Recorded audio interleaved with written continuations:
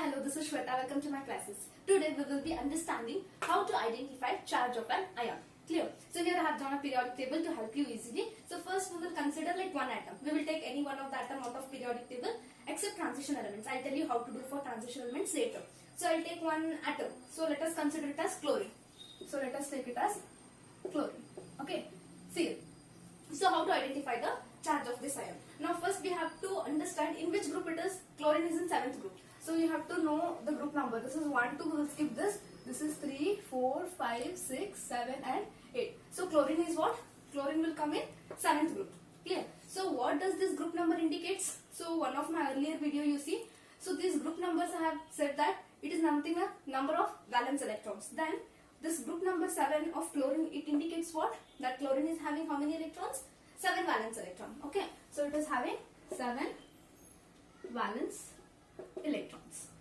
But like all the atoms, if you remember, they want to be in the octet state. Octet means they should reach the noble configuration, that is it should have 8 valence electrons. Now what this chlorine does, so this chlorine is having 7, so it is in need of 1 electron, isn't it? It is in need of 1 electron, that is deficient of 1 electron. So it is very eager to take 1 electron. So it always has the charge of how much? Negative 1. So it has always the charge of minus 1.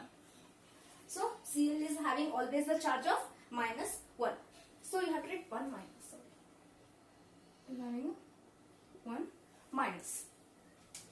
So this is how we find the charge. Now let us consider another ion. I am taking it as magnesium. We will consider another element, that is magnesium I am taking. That is Mg. Clear? So where it lies, Mg will come in 2nd group. Here, alkaline earth metal it is, isn't it? So how many valence electron it will be having? It will be having 2 valence electrons. So it will be having 2 valence electrons.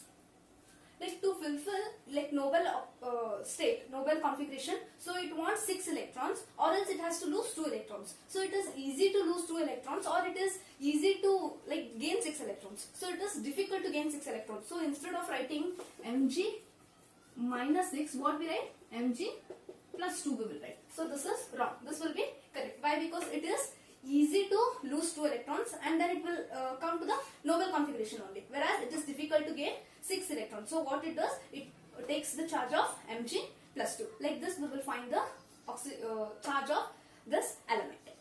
Now we will come to identify the charge of transition metals. So transition elements, where it will be, this is nothing but D block elements are transition metals, or you can take transition elements. Okay, these are transition elements. So what we are going to supposed to find now, like this. So how to find transition elements means, so it will be like this. Okay, here metal will be there and like Roman numeral it will be written. So like this, Fe3 Roman, Fe2 Roman, like this. So by indication, what is the indication of this is nothing but here your Fe is in +3 oxidation state and here Fe is in +2 this charges, sorry, here Fe is in Fe charges +3 and here Fe2 indicates what? It is having the charge of 2. Like this, you can write it as 3 plus and 2 plus. So it is the charge 3 plus and 2 plus. So like this we will find the transition metals charge. So this Roman numbers, whatever will be written on that itself indicates the charge of an ion in transition elements. If we are having more than one atom, still now we are having only one element each. Okay, so now if you have a thing which is having more than one atom, like for example you can take carbonate, CO3. This is what? Carbonate. So how to find the charge of this? So this will be this charge. Now you have to memorize the charts. So some of them are there with the more than 2 or 3 atoms. So you have to memorize the chart. So for carbonate it is 2 minus, CO3 2 minus. If CO3 is there, then the charge will be minus 2 minus. Okay, and then even you have the chromate, isn't it? Like the chromate, what is the charge? You can take chromate, CrO4. So for chromate also the charge will be always 2 minus. So these are the examples where you have to memorize. Okay, so like this we are identifying the charge of ion.